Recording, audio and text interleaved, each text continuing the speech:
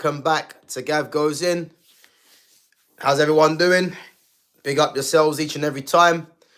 Guys, you know what? I'm feeling a lot better, the voice is finally looking like it's back, which is, thank God. I mean, over the last couple of days, I haven't really been feeling myself. But, yeah, listen, I'm back now. And as I said, um, I feel a lot better, put it that way, with my voice and that. So yeah, big up yourselves for coming on yesterday as well with myself and Flawless. Big up to obviously tuning in and giving us your questions and your comments as well. And as I said, it's much appreciated you guys coming through, and it's much appreciated you guys contributing with the channel. Obviously, normally go live at 11:30 in the morning, but obviously there was no stream there. Obviously I had a couple of things to do, so yeah, it's just one of them things that happens. But I'll always make sure I try and give you guys a stream regardless of what time I've got things going on. So yeah, but listen, we're gonna get into obviously what the title and what the thumbnail was all about, and that's the absentees of Diogo Dalot, Matheus Cunha, and Mason Mount from the Manchester derby. And again, I'm going to go through. Chelsea have announced club have agreed deal to sign. Chelsea make another signing, Emmanuel Omega from Strasbourg. Do you know what? I was talking to someone the other day about him, and they mentioned that they might be making a signing for him. I think he's like 6'7" or something mad like that. But so yeah, I mean, yeah, so Dalot, Mount, and Cunha all out of the Manchester derby. And again, yeah, sorry. And again, Ruben Amorim confirming that Altay Bayinde is going to start in goal, which again, there's no surprise there really. I never thought that Sene Lamens was going to start in goal, to be honest with you. To bring Lamens in, and it's his debut Manchester derby, I think is asking a lot. So yeah, I think it was a bit too much to ask for. But yeah, so Amorim confirming that Bayinde will start in goal. If we're looking at the likes of Mount, Dalot, and Cunha, all not playing, again under Ruben Amorim, all three of those players would have started. So it's going to make the team news, the 11 that's going to start the game, interesting. And I kind of did touch on this, a couple of days ago, as to the lineup that he's going to do. And the fact that all three of them have not made it, I think I'm going to say the team kind of picks itself in Ruben Amorim's faults, in my opinion, I think if we're looking at, obviously, him confirming Bayinde's in goal, I think the back three for me is going to be what I said the other day. I think it's going to be Lenny Yoro, Matthias de Ligt, and Luke Shaw. And I think if we're looking at that balance, to be fair, you've got Matthias de Ligt in the middle of the three. Obviously he's a leader. He's very composed on the ball. He's competitive as well.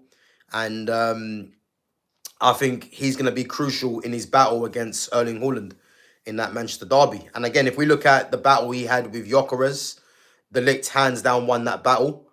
And I think it's going to be another battle against Erling Haaland. And I expect de Ligt to dominate that as well. I mean, Haaland going into this game is going to be confident, with his 5 goals that he got against Moldova. I know it's Moldova, but I think he's going to be fairly, confident that he can get a couple of goals in this fixture. But I think with Matthias de Ligt, I think de Ligt, for me, is going to be primed and ready to be up for this battle. I have no doubt, And then on the other side, you've got Lenny Yoro on the right side. I think Lenny Yoro, for me, is going from strength to strength. And I think if we're looking at the young defenders in this league, I mean, tell me a young defender that's 19 years of age that is better than Lenny Yoro, because I don't think there is one. I think if we're looking around the world, I think he's the most competent defender out there for his age. I know you've got the likes of Dean Howson, who's just gone to Real Madrid. Pau Kabasi, who's slightly younger as well. Big up to Astro Official. I know there's probably a few others as well, but I think in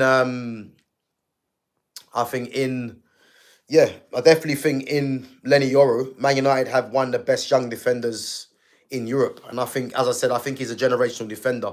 So he'll be fancying his chances. And I think his pace against who I think is going to start out on the left, which will be Jeremy Doku, I think he's going to be crucial to being able to keep out Man City. So I think Yoro and Delict in this game are going to be crucial against Haaland and Doku, who you would expect to start the game. The other side, again, someone that's just come back from nowhere really. But again, the money he's on, you have to kind of justify why he gets game time. And that's Luke Shaw. Me personally, I think in this system, again, you guys know that this system isn't my favorite system that I want to see. But what I would say is, Aiden Heaven for me, I think is the future in that defense. I don't really trust Lisandro Martinez, especially in a 3. And if they go to a 4, there's better options there as well. But I think Luke Shaw, in terms of his experience, in terms of his recovery pace as well, I think he's going to be crucial. And I think it's going to be crucial to see who actually plays for Man City on that side. I think you're looking at Oscar Bob. I don't think Bernardo Silva plays out there no more. I think Bernardo Silva will be playing more central. But I think we're looking at Oscar Bob, Savinho probably. And that's it really. I think, Oscar Bob and Savinho are probably the obvious ones. I think Foden, I don't know. I think Foden might be playing more central now for City as well. And again, is Foden even fit? I think he might be injured. So I think... I think if you're looking at the fact that Luke Shaw's playing there, I'm going to be interested to see who he's up against, because Oscar Bob's not lightning, but Oscar Bob's a very, very good footballer. So he could be the one that might be out there. And as I said, I think the back 3 of Luke Shaw, Matthias de Ligt and Lenny Yoro is solid. As I said, I would like to see Aiden Heaven, but when you've got Luke Shaw, that's on 190 a week as a fullback, the experience he has, he's obviously going to start the game. So I haven't got too much worries about that.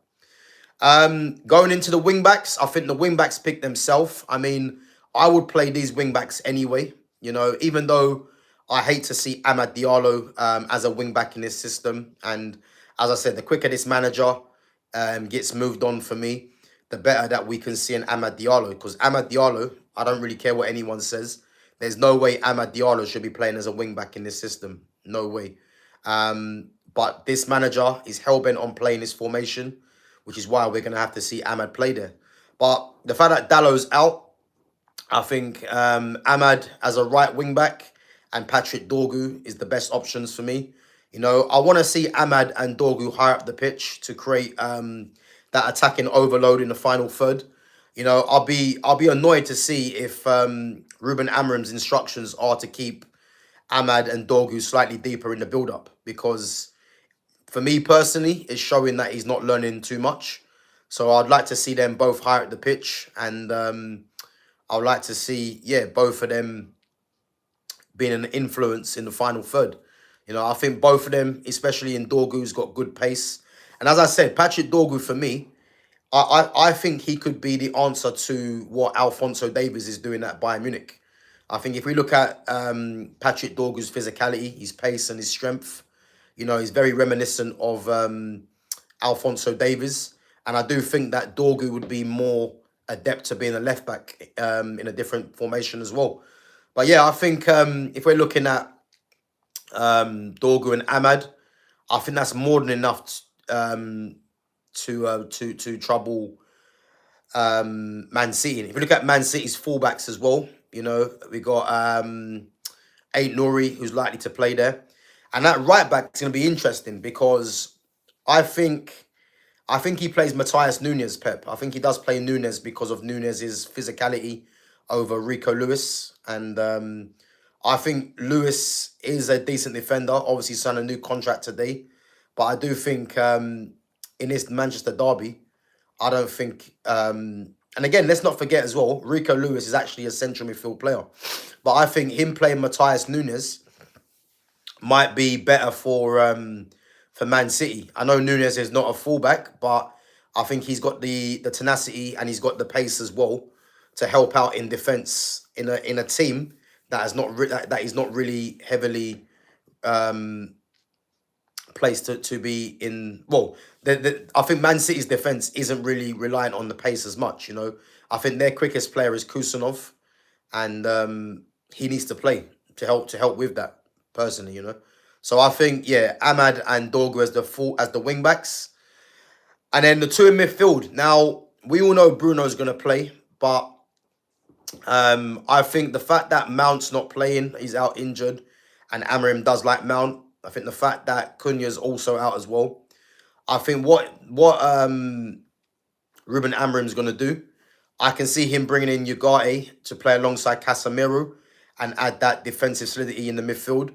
Again, I'm not a fan of Ugarte. I don't think he's good at all.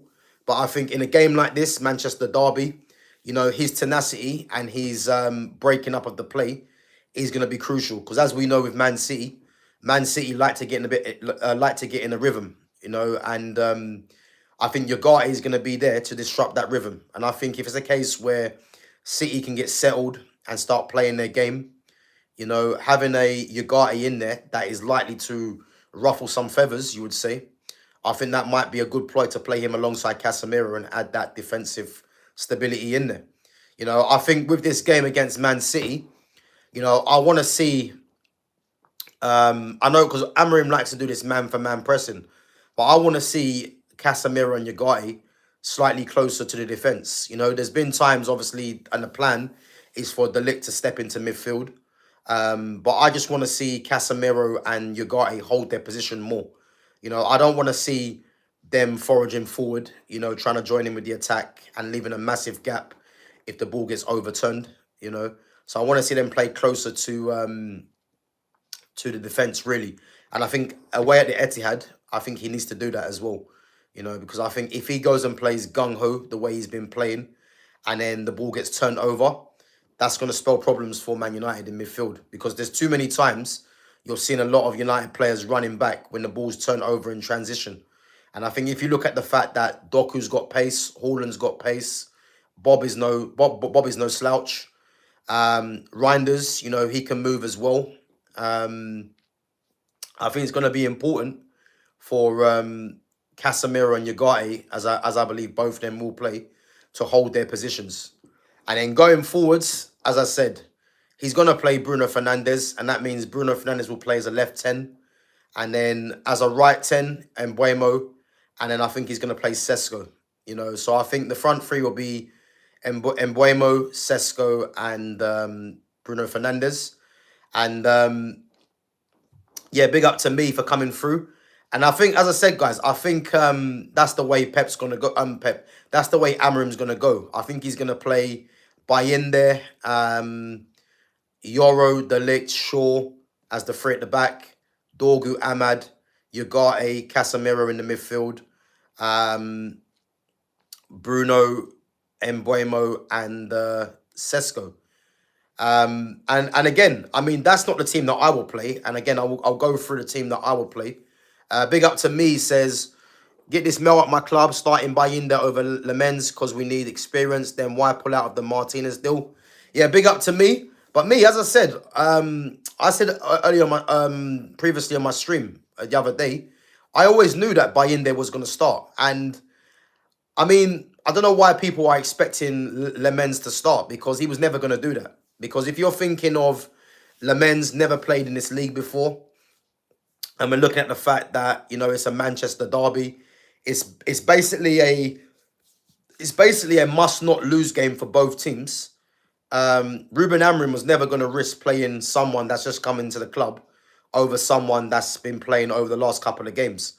So I had a feeling that Lemens was going to start, and I'm not really too disappointed with that, really, because I kind of expected it, you know. But again, the Martinez deal, the Emiliano Martinez, I think that was more the club. The club obviously have made club signings, and I think Lemens is more one for the future, which is why they went with Lemens, in my opinion. So as I said, I'm not too disappointed that Bayinder's starting because I expected it anyway. And obviously, Anana's gone to Trabzonspor on loan. So now we're going to see what these two keepers can do because, you know, if there was criticism for Onana, you know, we got to kind of keep it fair for the other keepers. And let's see what happens now because there's no more excuses in blaming Onana. And this is what I thought a lot was happening. I thought Onana was the easy scapegoat for many reasons. And now we're going to see what really happens, you know. So, yeah. So, me says he has to be sacked by Christmas. Surely he's dragging us down so badly. But again, like, if we look at the next 8 games, and me and Flawless actually went through this yesterday.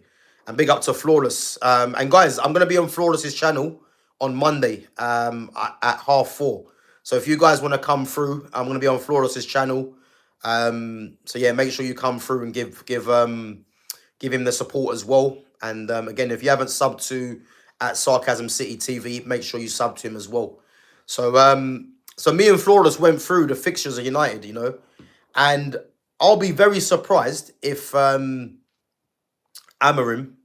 makes it through these next 8 games because these next 8 games that he has, starting with City on Sunday, he's got City, Chelsea, Brentford, Sunderland, Liverpool, Brighton, Nottingham Forest, and Tottenham. Yeah? So those 8 games there, they are difficult games. And as I said, if he makes it out of them 8 games and gets positive results, I'll be the first one to say, do you know what? I didn't expect it because that run is hard. But he's got a decent amount of points together. Fair enough. But just by how this team's been playing, just by this stubbornness of this manager, the fact that I don't really rate him and how the team have done since he's taken over, I just don't see him making them 8 games. And again, if Man United get through those 8 games and, you know, the performances and the results aren't what they're meant to be, Ineos have to pull the trigger. And if they don't, I think that could be the end of the trust in terms of myself and Ineos because those 8 games are difficult. And as I said, if Amorim does get some good points, you know, and some good performances, you know, I'll be the first one to say, do you know what? Fair enough, man. I don't rate him, but he has a right to stay. But those 8 games are really going to see. And again, he might not even make them 8 games. But I'm just giving those 8 games as a barrier to see, you know, what he can do. Because they're not 8 easy games. I'll tell you that for free. Me says it would be nice to see Xerxes start but I can't guarantee he plays Bruno there. Big up to Mohammed Bashir says, what team you support? Support Manchester United. So, again, the team that I will play, you know, for the Manchester derby, again, Mount, Cunha, and Dalot all are injured. I wouldn't have started Mount or Dalot anyway, so that makes it quite easy. But the team I would play with what's available, again, if we're basing it on this formation, which I can't stand, but let's base it on this formation that the manager is hellbent on playing.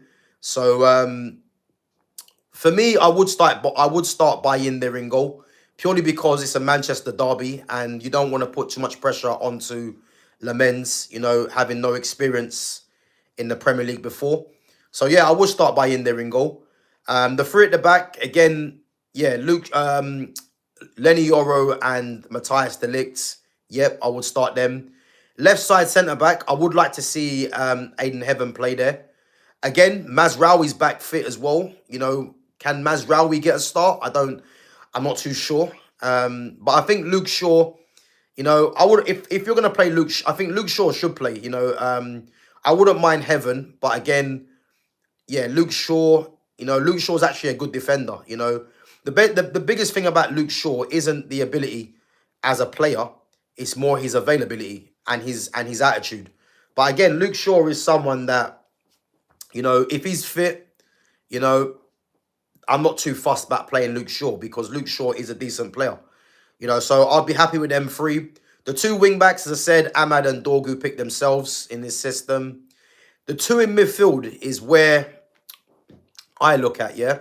And I would play Casemiro, and what I would do, I'd play Casemiro, and I would probably play Ugarte next to him for that defensive solidity. And again, this just shows that Man United's options in that midfield in this system is a problem, because some of you might be thinking, well, what about Kobbie Mainoo? What about Bruno Fernandes? Again, I'm going to tell you about Kobbie. So, because Kobbie in this system isn't good enough as a 2 in midfield. Kobbie's better as a 10 in this system. But again, you need to change the formation if you want to get a better Kobbie Mainoo for me, But I will play Casemiro and Ugarte as a 2 in there. Casemiro's experience, and obviously Ugarte's legs, which are going to be crucial. And then the 2 10s again. Mbeumo's not a 10 for me. Mbeumo's a winger, and Mbeumo can play as a 10, but again, this system is making people think that Mbeumo's playing in his right position when he's not. But what I would do personally, I would swap Ahmad and Mbeumo around. I'd play Mbeumo as a right wing back, because the closest position to a winger is the wing back position, and then Ahmad can play as a 10. And again, the reason why I want this manager gone is because the fact that we're debating about where Cunha should be playing, where Ahmad should be playing, is part of the problem, because these 2 players are not in the right positions. They're actually in the opposite positions. So for me, I would swap them around, but I think if we're just going to base it on where they've been playing, Mbeumo as a right 10, and then this is where the shock might come to some people. The left 10, I would actually play Kobbie Mainoo, and the striker, I'd play Joshua Zirkzee. As a team, I would go with Zirkzee, Mbeumo, and Kobbie Mainoo. And then on the bench, I would have Bruno Fernandes, and I would have Benjamin Sesko. And the reason I would have both of them players on the bench is because, for me, this game is going to come down to the first 20 minutes. And Man United are going to need to be able to keep the ball. And I believe the more ball players you have on the pitch, the better you're going to be able to feel your way into the game, which is why I've gone for that 3. You've got Zirkzee, who can hold the ball up and is adept at keeping the ball. Kobbie Mainoo can keep the ball, and Brian Mbeumo can keep the ball, which means in midfield, you've got Ugarte, who's not known for keeping the ball, but he'll be there for more being the disruptor. And then you've got Casemiro with his experience.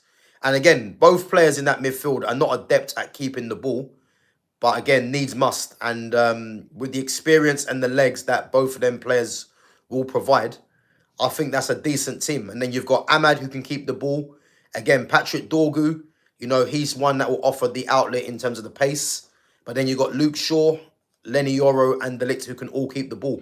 And I think this is what this game is going to come down to in the first 20 minutes, because if City manage to get into a rhythm, and keep the ball away from United, they're going to apply pressure after pressure, and then eventually they're going to break United down. So for me, United are going to need to have players in there that can take the ball away from City and keep it themselves, and kind of disgruntle the home fans, in my opinion.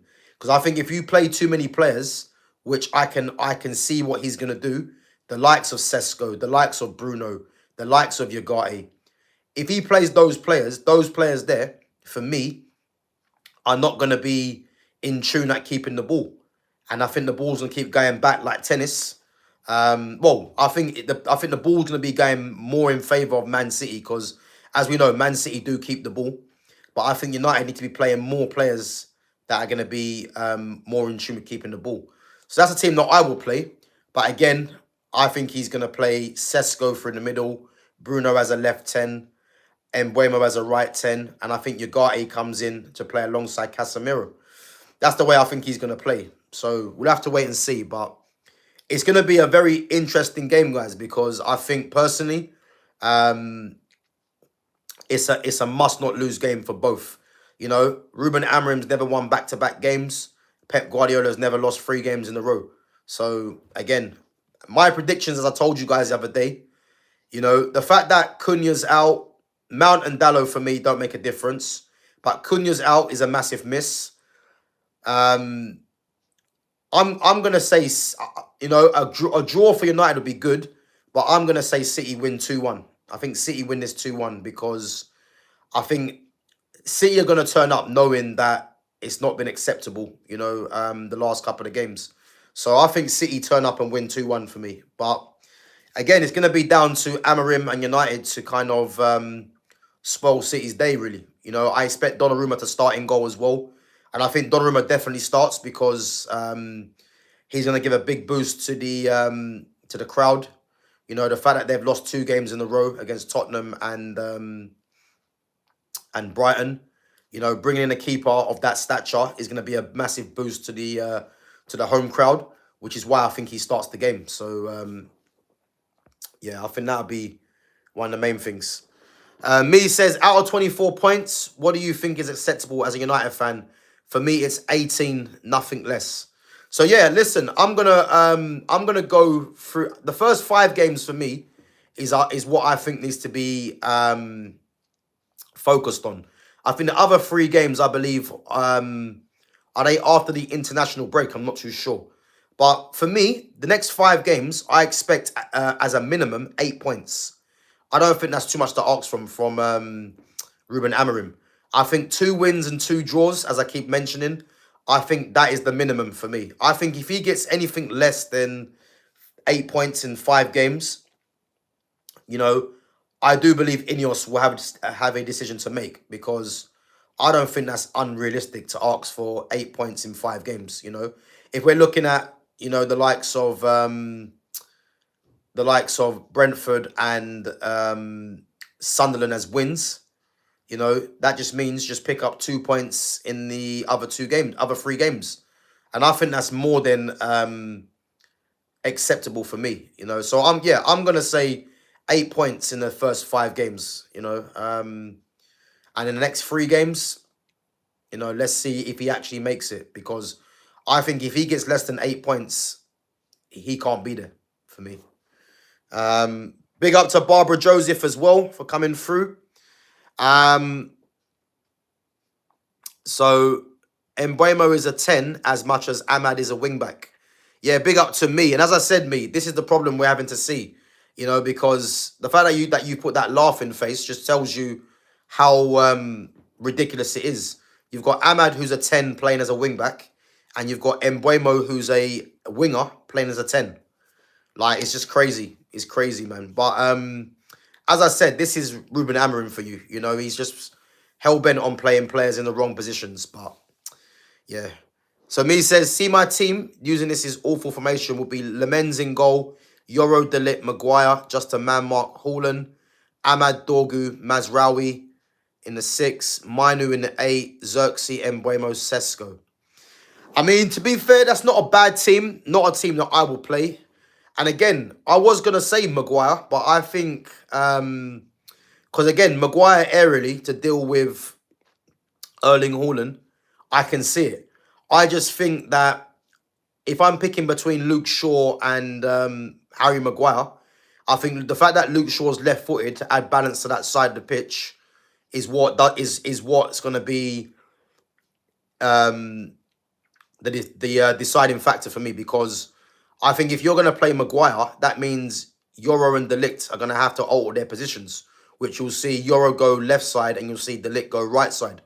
And I think if you're going to just use Harry Maguire to deal aerially with Erling Haaland, I think that could be a mistake. And I think Man United don't need to be worrying about that as much. Man United need to be going on the front foot, and giving City problems to think about, as they're not in great form themselves. Ahmad and Dorgu as the wing backs, I hear it. Mazraoui in the 6. I mean, to be honest with you, I'm not a fan of playing players out of position, And again, the reason why I don't want to see Mazraoui in the 6 is not because I don't think Mazraoui can do a job there. But for me, this tells you why the formation's flawed. Because if you change to a 4, you can play Mazraoui in his favourite position as a right back. You can then play Ahmad in his favourite position as a 10 or as a winger. Mbuemo as a winger. Kobe Manu can now fit into the 2 in midfield because it's a different responsibility. So this is what I'm trying to say to you. All the best players United have are being what's the word? They're being undervalued really because of this formation. Because the fact that we're talking about Mazraoui playing in the 6 is only because we know that we can't really get him into the team, because unless you're going to play him as a left-sided centre-back, but again, me personally, I'll prefer someone that's left-footed to play out there. And then and again, you don't want to play him as a wing-back because you don't want to play fullbacks as defenders, fullbacks as wing-backs.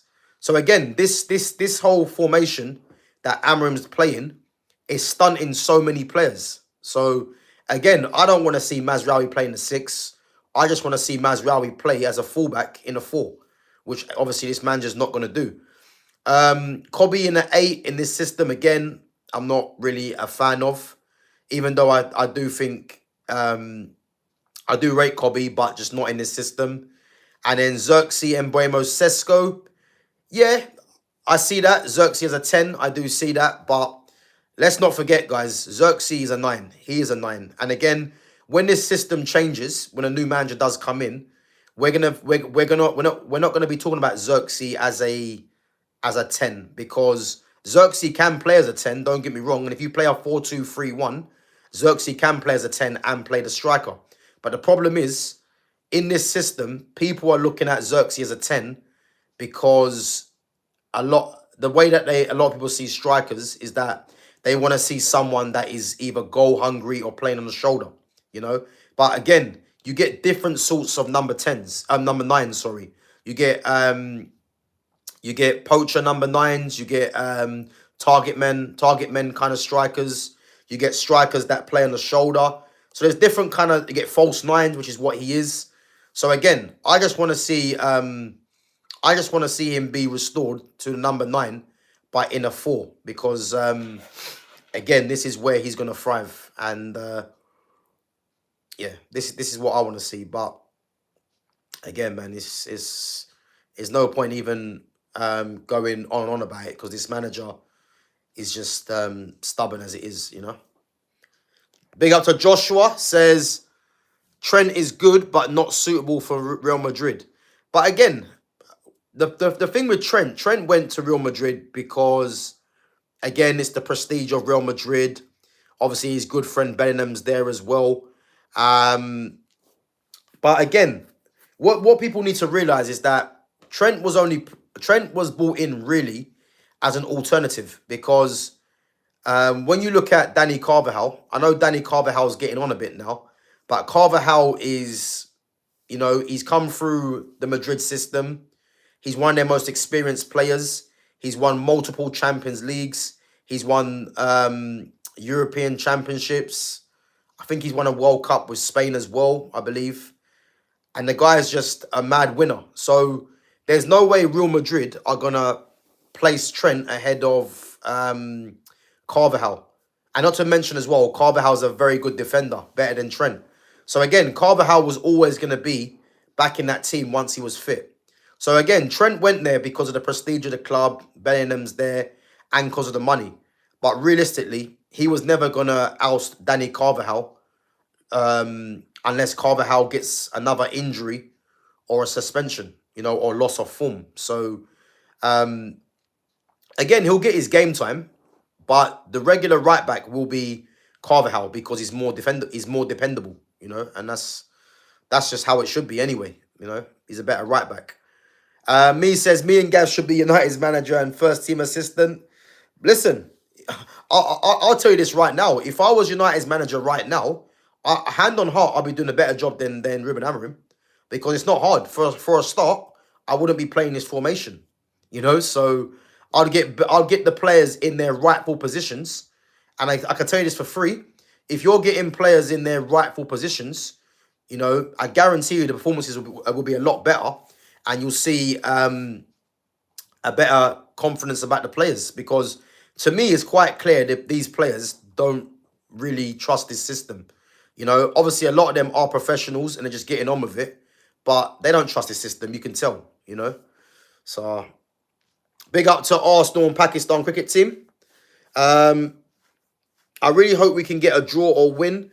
So we need a magician in our midfield. But again, the and again, I'm glad you said that, Germs Lee Fishing, because this system that Amarin plays with the two in midfield, that position doesn't require a magician. This is what people need to understand. You know, the magician is more coming from your number 10. And again, you got the left 10, you got the right 10.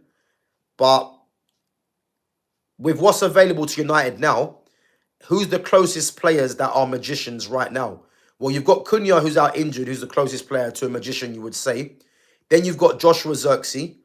And then you look at the likes of Ahmad and probably Kobe Manu. Now, the manager doesn't rate Zirkzee. You can tell because he hardly plays Zirkzee. He doesn't rate Kobe Manu. Cunha's out injured. And Ahmad's playing, but Ahmad's playing in the wrong positions for me. And Ahmad's really, if Dalot was fit, would Ahmad start?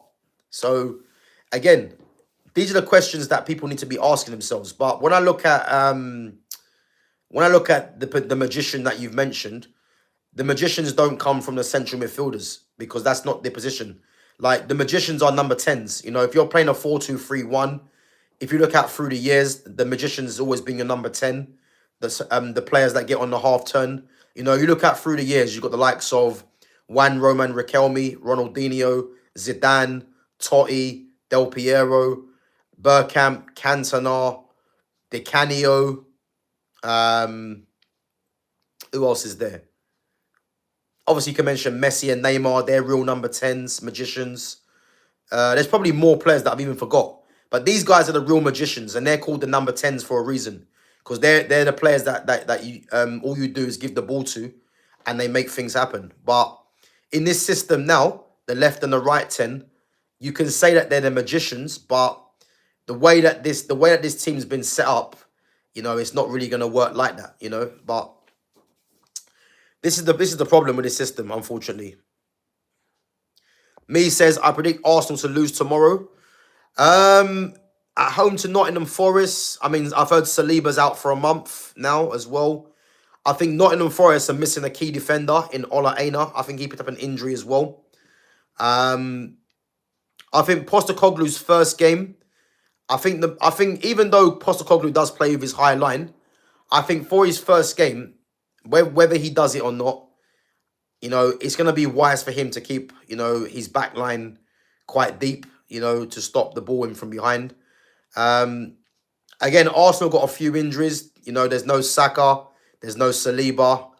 Obviously, Havertz is out injured as well.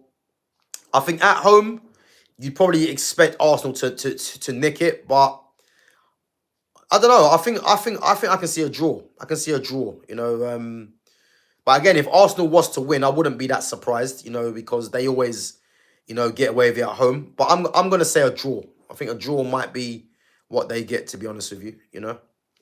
Big up to Buckwheat, says Amarim out. Yeah, listen, you're not going to hear me disagree with that, to be honest with you. But as I said, these 5 games are crucial. Gav, do you think Arsenal will reach Champions League semi-finals? That's easy. No, I don't. No, I don't. I think with Arsenal, I think if they meet the teams... Because you got to remember Arsenal's route to that Champions League. I think, apart from Real Madrid, you know, I think the other games they were expected to win. Real Madrid, as we know, you know, Real Madrid are a very hit and miss team right now. And the fact that Arsenal beat them, I wasn't really surprised. I think the only people that would have thought Real Madrid would have beaten Arsenal is because of the prestige of Real Madrid in this competition. But the first game, Real Madrid were never really in it, you know what I mean? And Arsenal deserved to win the game over both legs. But I think if Arsenal meet a Bayern Munich, Barcelona,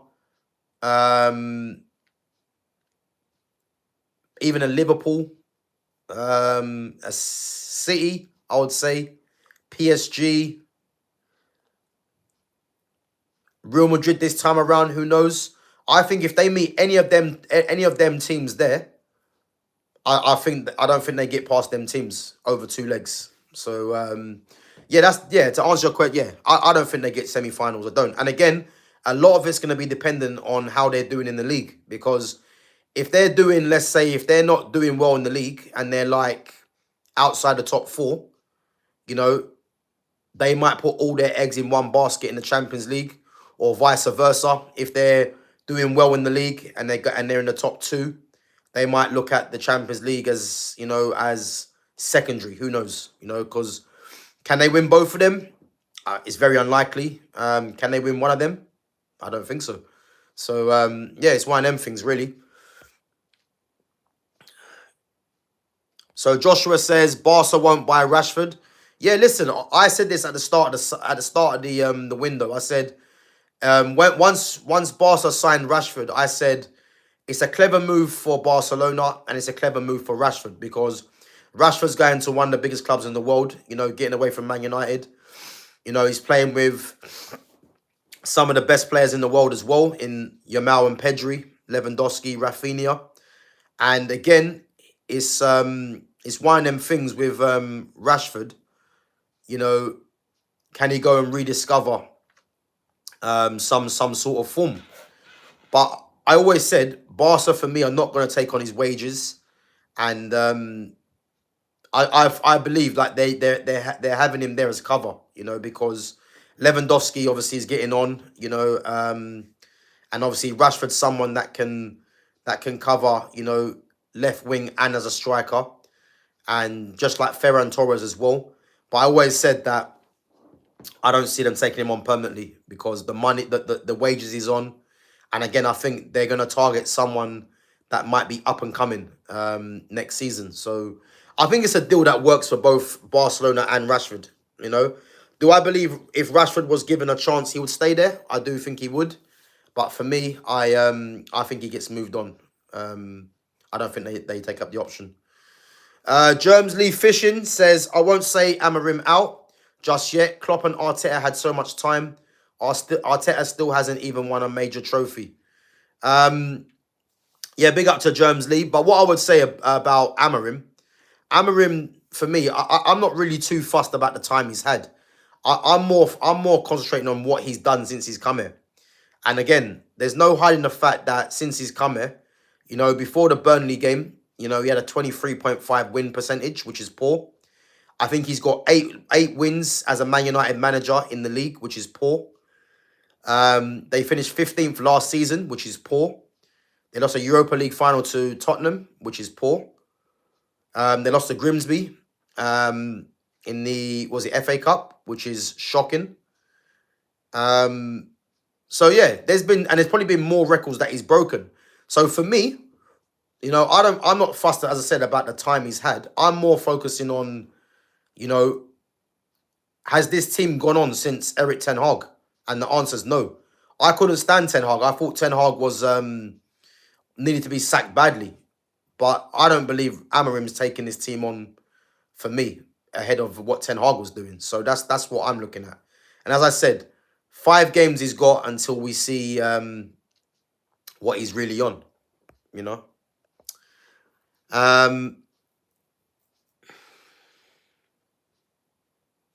So Arsenal and Pakistan cricket team says, if I was Ahmad Diallo, I would have left since Amarim came. Well, again, Ahmad just signed a new contract recently. And I think with Ahmad, Ahmad, you can tell, has lost a bit of confidence, in his game. And again, Ahmad doesn't want to play wing back. He's just doing a job because he's a professional at the end of the day.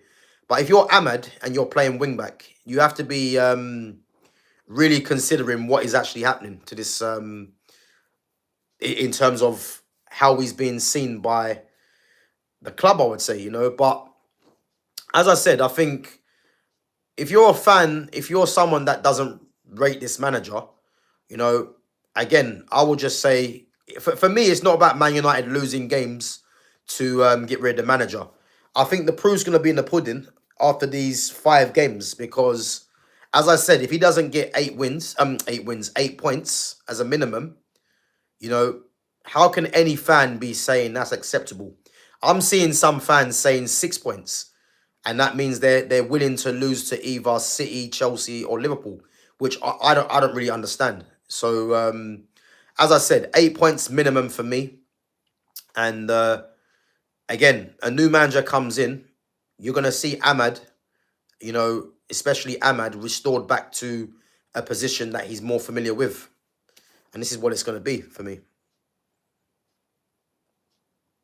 Yeah, big up to me, man. Appreciate it. Yeah, big up, man. Appreciate it. Wanyeri is getting forgotten. He barely got minutes last season, and this season, Dalman has got all the spotlight. But again, Arsenal and Pakistan cricket team. I said this when Wanyeri was on the verge of signing a new contract. I said, listen, if Wanyeri's clever and if his team's clever, they don't sign a new contract, because it was very clear that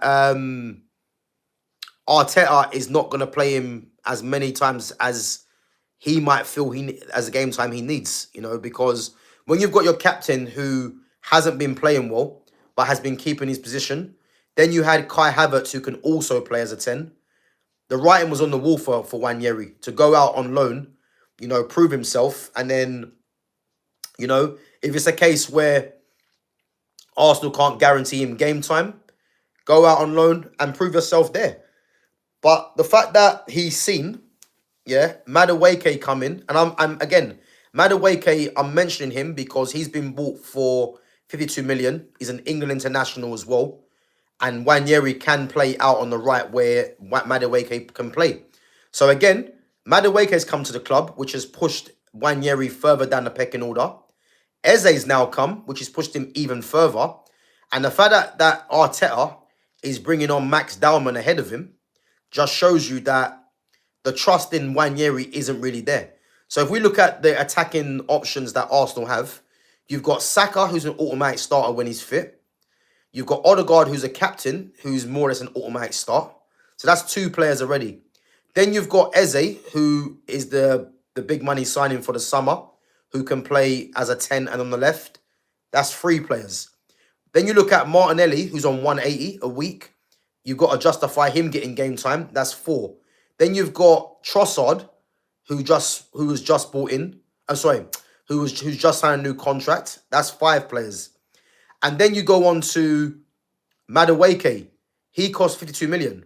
That's another player. 6. Now you've got the young gun in Dalman, who's 15 years of age. He's getting more game time. So Wanyeri really is 8th choice midfielder in Arsenal's squad. And again, that's not even mentioning if Kai Havertz was fit, who can also play as a 10. I know obviously people might say he's playing more as a 9, but that's 9 potential players that are ahead of Wanyeri. And it's crazy. Will Wanyeri start against Nottingham Forest? No. Will he even get off the bench? It's unlikely, because the fact that Dalman's come from nowhere to be ahead of him, who would have thought that? And the thing is, I like Wanyeri. I think Wanyeri is a very good player. I like him. But him and his team made the wrong decision signing that new contract. Reed Edit says, Yo, Gav, do you think Isak will struggle to start in the Liverpool team over Ekatike? The answer to that is no. And again, when you're buying someone for a British transfer record, you're gonna find your way in the team sooner than later. And again, let's not forget, Isak is a very good striker. He is. He's probably one of the best strikers in Europe right now. So he's gonna find his way into that team, because there's no way you spend 125 million on a single player and that player just stays on the bench. And I know there's some people out there that will say that Slot doesn't really care about the price tag. But he's going to find his way in the team. The problem is, how are they going to dovetail Ekatike and him together? The obvious one will be, and that will mean Gakpo misses out, because Ekatike can play from the left. So I think you're more looking at a Ekatike, Isak, and Salah front line. And again, Salah's been poor, but Salah's the highest paid player at the club, when he signed that new contract. I think Salah might be on about, 400 grand a week, maybe more than that. So again, Salah's not going to get dropped, even though he has been poor. So the fall guy is going to be Gakpo. And Ekatike's form has been so good that you can't just drop him out of the team. So again, but it makes Liverpool's starting lineup or their squad even stronger when you've got players that are really doing well, but they're going to be on the bench. Look at Florian Wirtz. I'm a massive fan of Florian Wirtz. I think Wirtz is one of the best players in the world. There's no hiding the fact that he hasn't started off too well either. But when you've got players that cost that amount of money, you've got to justify getting them in the team. So the likes of Wirtz and Isak, and again, to think that Liverpool got Wirtz and Isak in one window is crazy. But Arne Slot is gonna just have to justify those two players playing. So, but again, it's gonna be up to Ekatike to make it hard for Slot to drop him. But the fact that he can play from the left as well, you know, it just means that the likes of Gakpo, Rio, you know, their game time might become slightly limited now. But again, it's going to be up to them in training and when they get the chances to prove why they should be playing. That's what it's about, really. Noni Madueke is the budget Arjen Robben. You know what? To think that we're mentioning Noni Madueke and Robben in the same sentence is a disgrace. So I'm going to skip that one. I can't be doing that. Xerxes said he was a 9.5. Does that mean a false 9 or like where Rooney used to play in the hole behind the striker? Yeah, me, that's perfect. So 9.5 is more or less a number 10. Yeah. And I think what people need to realize about Xerxes is a striker, but with number 10 qualities. That's all it is. He's a number 9 striker that has number 10 qualities because the names that I've mentioned to you guys previously, you know, Xerxes got that kind of ability about him. You know, if you look at who Xerxes' idol is, his idol is Zlatan. Look at the way Zlatan played. Ibrahimovic. Look at the way he played. Xerxes got that in his game. So when people say Xerxes not a striker, it's a complete lie. And again, it just shows you that these people don't really understand what strikers are. Because you wouldn't compare Joshua Xerxes as a striker to someone like... you wouldn't compare him to a... Oh, no, actually, I'll change it. You wouldn't compare Lewandowski with Harry Kane. Oh, sorry. You wouldn't compare Harry Kane, should I say, with Erling Haaland. Why? Because Harry Kane has number 10 qualities where he can, you know, spray the ball, the passing, the technique, and he's a fox in the box as well, kind of striker. Erling Haaland is just a pure goal-getting striker, fox in the box kind of striker. But they're both strikers. So my point is, you can't compare different profiles of number 9s with others. So when people are saying that Xerxes is not a striker, it's just basically saying he isn't their type of striker. And it's a lack of understanding for what strikers are. You know, not all strikers are the same, unfortunately. So as I said, you get different kind of strikers. So when Xerxes is saying he's a 9.5, he's like a false 9 come number 10. Yeah, in the hole behind the striker, just like what Mia said. So yeah, perfect. Gav, do you think Mikel Merino is really a DM or a CM? No, Mikel Merino is a central midfielder, but I think the fact that he played as a false 9 for Arsenal, again, it's just giving him another string to his bow. But he's actually a central midfielder. And let's not forget as well, Mikel Merino used to be at Newcastle. You know, he was at Newcastle playing central midfield. But yeah, no, he's more of a central midfielder than a DM. I think when you look at DMs, okay, DMs stand for defensive midfielder, or you can get registas or anchorman midfielders. So you're looking at people like Sergio Busquets. You know, for me, the best DM of all time, in my opinion, because I don't think people realize how good Busquets was. You know, the guy was not strong, he was not quick, but the brain was just quicker than anyone else on the pitch. You know, he's one of the best DMs of all time, you know. And as I said, like when I look at DMs, I look at players like him. I look at players like Rodri, who's a DM. Who else is a DM in this? Again, there ain't too many DMs in this era of football, unfortunately. Casemiro, you could say, but he's a different sort of DM. I mean, he played as an anchor man, you would say, in that midfield with Modric and Cruz. But his role was very different there. You know, more or less breaking up play, being the aggressive midfielder, and then giving the ball to the players that can spray the pass or break the lines in Modric and Cruz. But again, there isn't too many DMs in football right now, I would look at as real quality. Busquets is the only one really that comes to mind. Marco Verratti, who was a top player, you could say was a DM as well. Yeah, Marco Verratti is another one. But again, a lot of the DMs, were from the previous era. I look at football right now, and there ain't too many DMs. Vitinha, you would say actually as well, he's a proper DM. Frankie De Jong is a DM, I would say. So yeah, Vitinha, De Jong, Rodri, in this era right now. Moises Caicedo, you could say as well, actually. Yeah, Caicedo, I'll put in that bracket. Romeo Lavia, who's a top player, he's a DM. So yeah, listen, there is DMs out there.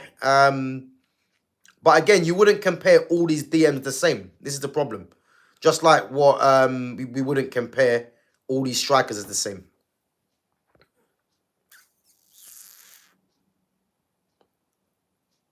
So me says I rate Conor Bradley very highly as a United fan. I love him at United. Yeah, listen, Conor Bradley is a good player. He's a good defender.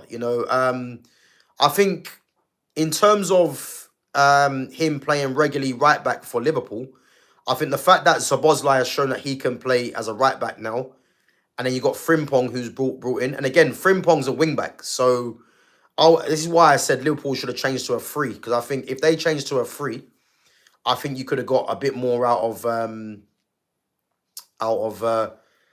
Frimpong and out of the team really. But I like Bradley. I think Bradley's good, but I think he's gonna have his work cut out to play regularly, because if you want to fit Szoboszlai in the team and then put in Wirtz and McAllister and Gravenberch as well, Szoboszlai's shown he can play right back. So Bradley's gonna have a tough time trying to get regular game time, in my opinion. Big up to Sham each and every time. Guys, come on. If you haven't smashed the like button, make sure you do. And make sure you sub to the channel if you're new in here as well. I think I'm 5 away, guys, from 1.6k. So again, if you haven't subbed to the channel, make sure you sub. And as always, make sure you smash that like button as well. Big up to Lumi each and every time. Happy Friday. Yeah, happy Friday. Listen, week's gone quick.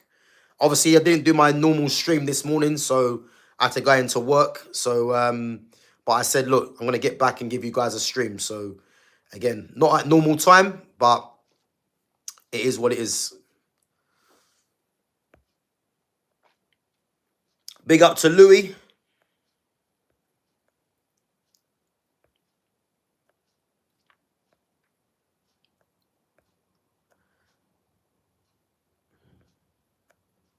So Chiesa's been left at the squad. Yeah, that's old news. Yeah, I see that the other day. So Ferran Torres will get 23 GA this season. I mean, it depends if he gets the game time. You know what I mean? How much did he get last season? Because I think the fact that, you've got Rashford, obviously Lewandowski. The thing is he going to get the game time? If he gets given regular game time, then that's not a bad shout. But who knows? Ange at Nottingham Forest manager is the most weird thing I've seen. Nuno was creating a super team with Nottingham Forest, but now they're bringing Ange. Now, in my opinion, they'll get 10th to 15th. I think you're kind of disrespecting Ange. Ange is a very good manager. What I would say, the team that he has right now at Nottingham Forest isn't the ideal team, that he would like, let's be honest. But again, it's he might have learned from his time at Tottenham. So that's one thing, he might be looking at. So, but yeah, I like Ange. I wouldn't have minded Ange at Man United. At least we would have seen good football and goals. But again, he's got a tough game tomorrow against Arsenal, and we're gonna see how they get on. And as I said, I think he's he's going to be someone that's going to be optimistic that he can make this team work, Yeah, listen, man, Grealish is a top player, man. Grealish for me is one of the best players in the league. And the fact that he's gone to Everton, David Moyes is going to give him the freedom for him to go and do what he's going to do. He's a top player, man. And I think players like Jack Grealish are not respected enough because people look at numbers, which is why when I forgot the guy that come in, you guys remember, I think was it John who come into the chat? When he was slating Grealish, yeah, I wasn't having none of it because I think players like Grealish, when they're getting criticism, just shows me what's wrong with football. Because he's someone you don't look at for numbers because he's someone that occupies opposition defenders, which creates gaps for other players. And again, someone like him, you just have to watch what he does on the pitch to know how good he is. You know, so. But yeah, John, listen, if you're hearing this, John, by all means, man, come back on the channel and tell us if you've changed your mind on Grealish. Because yeah, when you were slating him, yeah, it was a madness. I ain't gonna lie. What if the score is 6-3 like last time? Would that be automatic sack or another chance? Yeah, listen, if he gets beat 6-3, then listen, I don't even want to think about that. You know, do I believe it hits 6-3? I don't, because Man United's defense in terms of Euro and Dalot won't allow that for me. But again, a loss is a loss. At the end of the day, let's just concentrate on his next 5 games, starting with Sunday. Let's see what happens because those next 5 games, I expect 8 points, and it's not going to be easy. So this is when we're going to see what Amrim's got in the locker. Yeah, big up to Arsenal and Pakistan cricket team. Big up to Iftikhar. Habib says, opinion on Ericsson joining Wolfsburg and opinion on Jack Grealish winning Player of the Month. So Christian Eriksen going to Wolfsburg. Listen, Christian Eriksen's had a very good career. Let's not forget as well, you know, Christian Eriksen almost lost his life, you know, and the fact that he's actually back playing football, you know, is, you know, it's commendable that he's doing that really because I remember that happening in the, was it the Euros or the World Cup? And it was serious, you know, and the fact that he, you know, the fact that he's still here, you know, is, you know, you have to give massive credit to, you know, to the first aid team, to the medical team that managed to keep him alive. Because yeah, that was serious watching that. Again, he wasn't utilized properly at Man United. You know, just like Juan Mata wasn't utilized, but United have a habit of doing this. You know, the fact that he's gone to Wolfsburg, you know, he's going to see out the remaining years of his career. And he still has a lot of quality, Christian Eriksen. You know, his best time was at, obviously, Tottenham and obviously at Ajax as well. But again, he's just going to go and see out his career at Wolfsburg, which is fair enough to him. Jack Grealish, for me, you know, is a top player, as I just mentioned. And again, thoroughly deserved his Player of the Month. You know, 4 assists in 2 games. And again, he's only going to get better. I'm just more frustrated that Pep Guardiola didn't make the most out of Jack Grealish because there's no way that Jeremy Doku is better than Jack Grealish and he's still at the club. So, but again, it was obvious that he was gonna move on. And again, he can now showcase his ability at Everton and he'll be eyeing that that World Cup place for sure to get back into it. So yeah, top player, man. He deserves it. So Sham says, why isn't Sesko playing in your team? He cost a fortune. Well, the answer to that really is because Amrim doesn't really rate him that highly. And Amrim, as we know, didn't really want him. Amrim wanted Ollie Watkins. And the fact that the club chose Sesko, again, I wasn't for the Sesko signing. You know, I've never hidden my my opinion that I didn't really want Sesko there. But the fact that Højlund's at the door and Sesko's come in, I'm more happy with the signing. For me, Joshua Zirkzee needs to be the main striker. But if you've got Sesko and you've got Zirkzee as the two options, it's not bad. Because from what I've seen of Sesko, you know, his movement's very good. And I think he can only get better as well. But what made me laugh, and I'll keep saying this, and I said it yesterday with Flawless, the fact that a lot of these fans wanted Victor Gyökeres because of his supposed numbers, the fact that all of a sudden it's acceptable to have Joshua Zirkzee, to have Benjamin Sesko, someone that only scored 13 Bundesliga goals, doesn't make sense to me. Because how can you want someone that scored 30 goals or 30 plus goals, whatever, in this Portuguese league, but this guy scored 13 and it's okay now? So it's very contradictory to me. But again, he's here now, and we'll have to wait and see.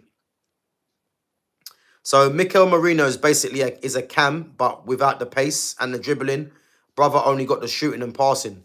So yeah, big up to Iftikhar, big up to Ahmed Danashiar as well. So yeah, he's not a cam, Merino. He's not. He's a central midfield player. He's a central midfield player that can play in multiple positions. You know, he can play as a 10 if need be. Can play as a false 9, and he could probably and can also play as a DM as well. But he's actually a central midfield player. He's not a cam. He's just actually a central midfield player. Left-footed central midfield player.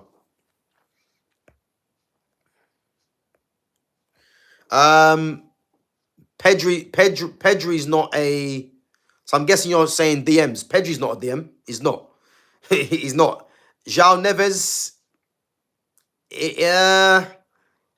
João Neves is more of a central midfield player. Tonali is a hybrid, bit of both. Yeah, listen, what I would say, out of all them players, the only actual DM out of all them players is probably Calvin Phillips. He's the only probably DM. Because Kovacic is a hybrid of a DM and a central midfield player. Valverde is a hybrid, someone that can play as a fullback as well. Tonali is a hybrid, a DM and a central midfielder. João Neves is a hybrid. And Pedri is not a DM. Pedri is a central midfield player. But he's someone that can play as a DM if need be and can play as a 10. But he's an actual central midfield player and one of the best in the world at it as well. So, yeah, I think what you're mentioning there, Iftikhar, is you're mentioning a lot of hybrids there. Sergio Busquets is just a DM. He's a prime DM. Vitinha is a DM, you know, slightly bit more of a hybrid as well. But yeah, listen, there's loads of examples out there, but yeah.